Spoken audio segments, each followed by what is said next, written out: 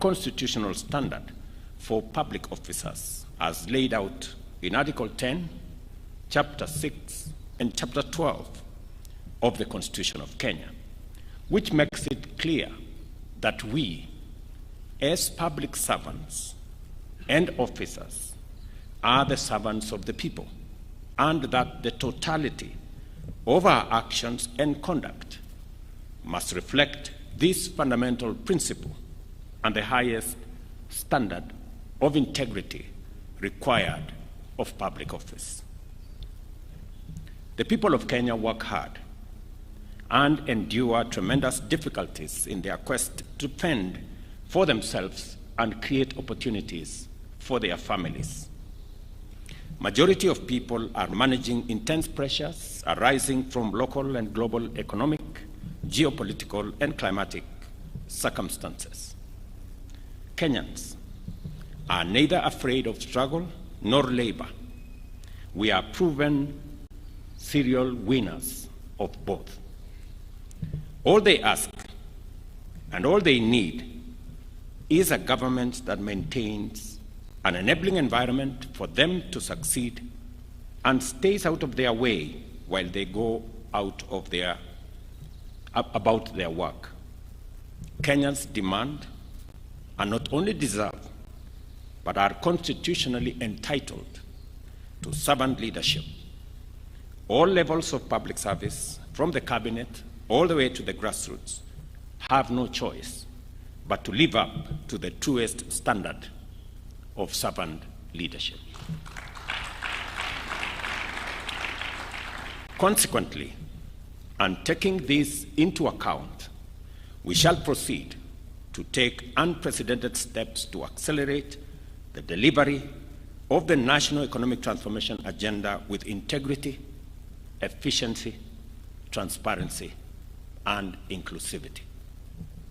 During the past month, I have made effort to keep my promise to engage in extensive consultations with leaders from diverse sectors, both public and private, with a view to constituting a broad-based government powered by an inclusive bipartisanship that will accelerate and turbocharge the radical transformation of not just our economy, but also our country. More than ever, it is clear that we are fully united by a shared devotion to secure a prosperous Kenya that serves all of us. For this reason, I am persuaded that this moment in the life of our nation calls on us to build a strong team of rivals to give our transformation agenda the best chance of success and to enhance inclusivity in our national development. With the formation of this broad-based government that brings together former political rivals into one selfless patriotic team, we will unlock the potential of our country that has long been denied us by factional and sectarian competition. Our potential as a nation and the attainment of that potential have often been undermined by divisions arising from political competition. Where Kenya is today, while competition is healthy and good, there is a moment where the interest of a nation is greater than the interest of a political formation. This is such a moment, and it is the reason why I have reached out across the aisle to bring on board the knowledge, expertise, and experience of deserving Kenyans, though belonging to a different political formation. I am persuaded that a moment such as this in the history of our nation calls on patriotic citizens to forge an alliance of rivals, to harness our collective political capital, knowledge, and expertise to take the strides necessary to make our country great. With profound gratitude, I commend the leaders and citizens from all walks of life who reached out, participated in, and otherwise supported the consultations, not only for the patriotism which inspired them to place Kenya before their personal, sectarian, or partisan agenda, but also for invoking the spirit of bipartisan dialogue, which has never failed to reconcile bitter rivals and unite fierce competitors in navigating critical junctures throughout the history of our nation. It is this noble spirit, this willingness to negotiate, to listen, to find common ground in the middle of conflict that drew our freedom fighters from the forest to the negotiating table at Lancaster House in London.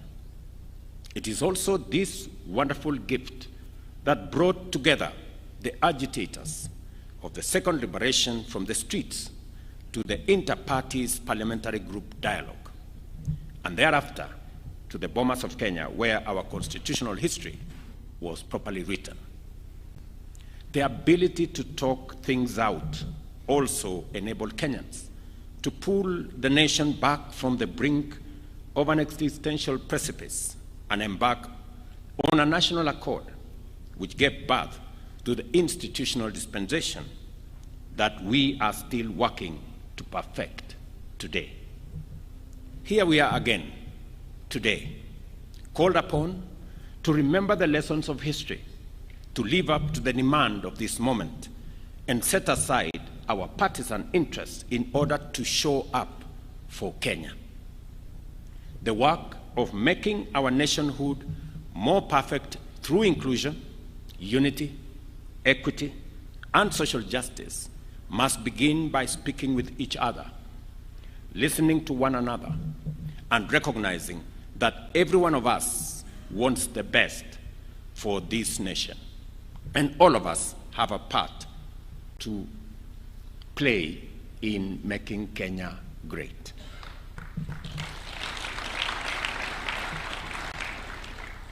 The firm foundation we have built over the last 2 years on the basis of the bottom-up economic transformation agenda focused on job creation, development of local industrial capacity, and wealth creation, transforming our agriculture for food security and agro-industrial acceleration. We focused on harnessing the potential of our micro, small, and medium enterprise to drive our economic progress.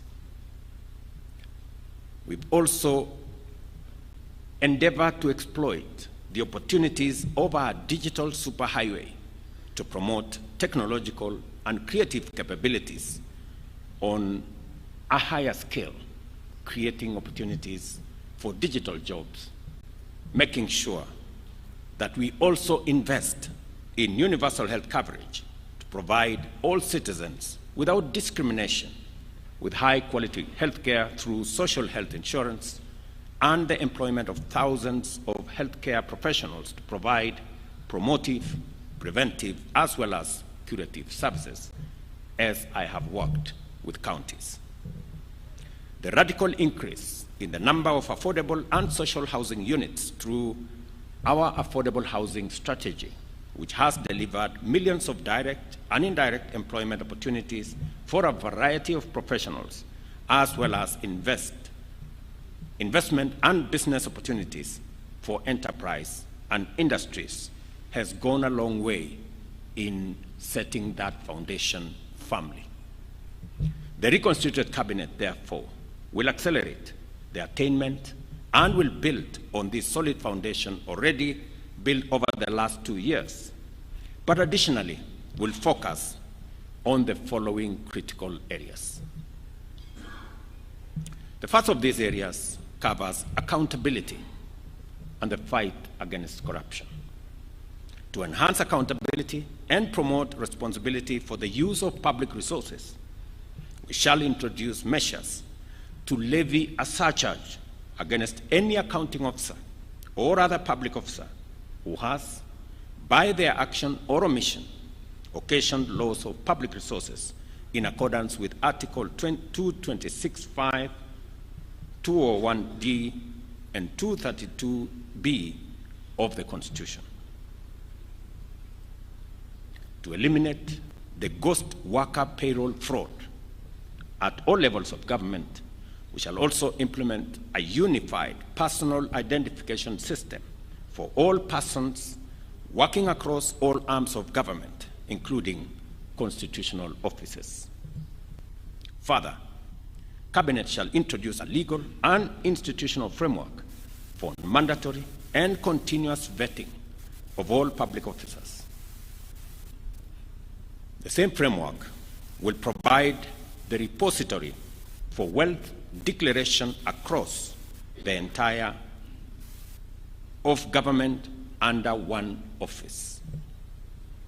In addition, we shall facilitate expeditious investigation and prosecution of all offenses related to corruption and economic crimes through amendment of the relevant statutes, including the Evidence Act, the Criminal Procedures Code, and provide for their determination of all cases within 6 months. We believe that our war on corruption will be significantly boosted by measures to make it easier and safer for citizens and whistleblowers to come forward and report corruption and economic crimes. And for this reason, the reconstituted Cabinet shall consider relevant amendments to the Witness Protection Act to enhance appropriate incentives and forward the same to Parliament. Further, as I indicated in my earlier address, I have engaged with the parliamentary leadership with a view to expediting the enactment of the Conflict of Interest Bill and expressed my determination to sign a robust, effective instrument into law in due course.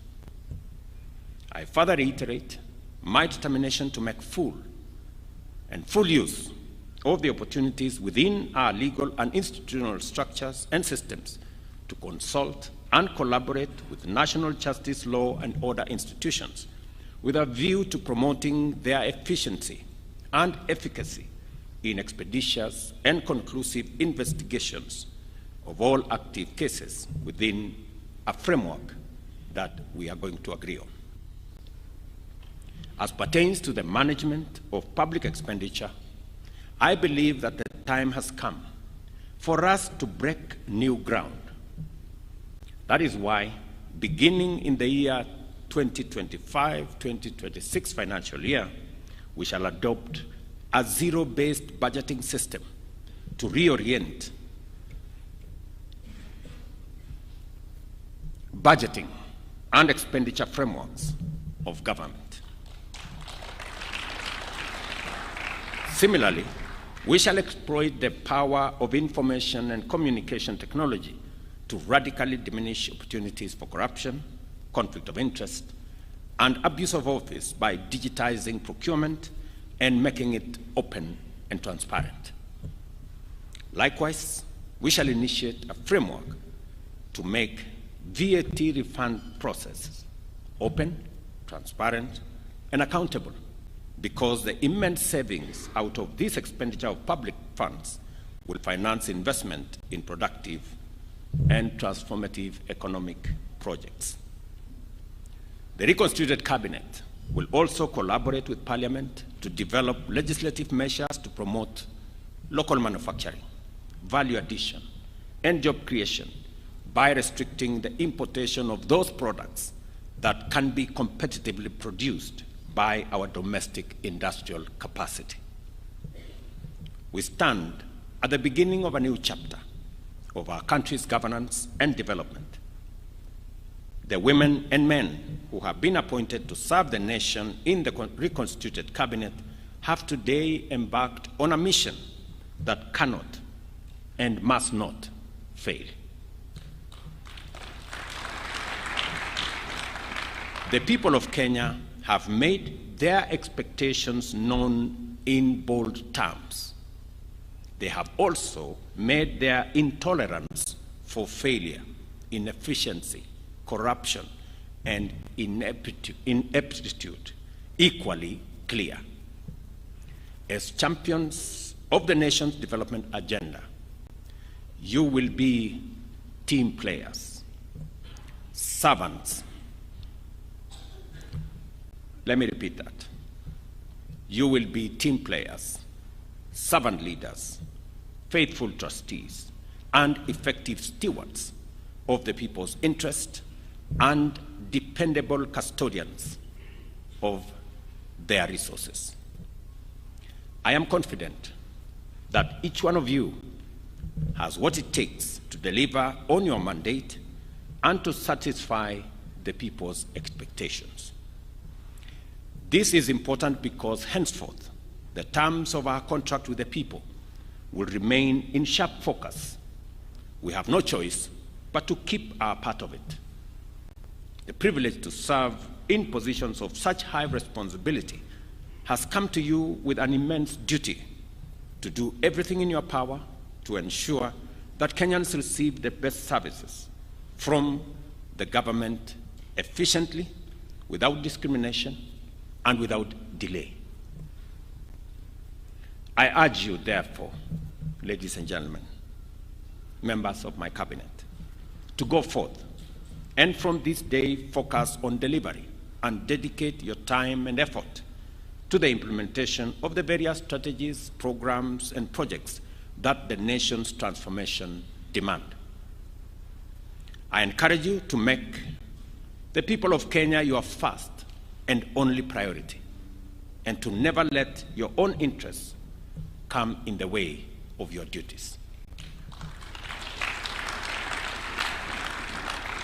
I give you my assurance of my full support in discharging your mandate and in executing a reimagined and catalyzed transformation agenda. I have already given my undertaking to be the foremost steward of public resources and embrace my accountability for its proper use.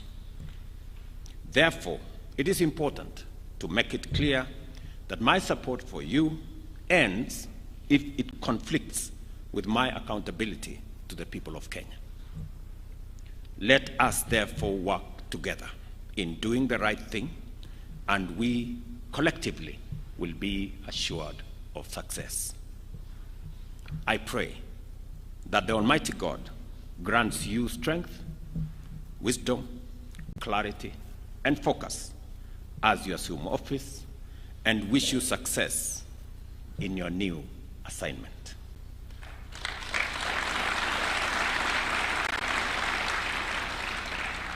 I ask citizens of our great nation to give a chance to these great men and women,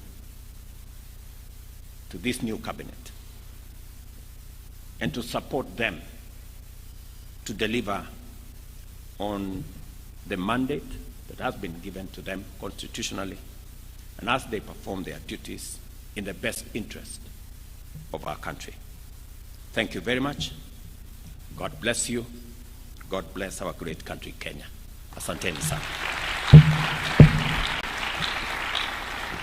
Let us all rise for the national anthem.